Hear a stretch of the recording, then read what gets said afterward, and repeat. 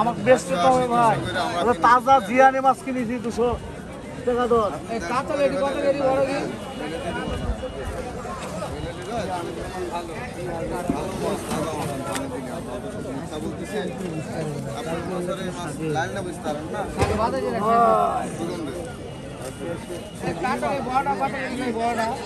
ভাই 360 টা ভাই, আর সবচেয়ে বড় নিল 400 টাকা।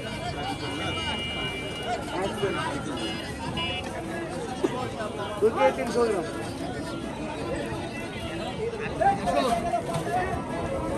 2 কেজি 300 গ্রাম। তোমার 45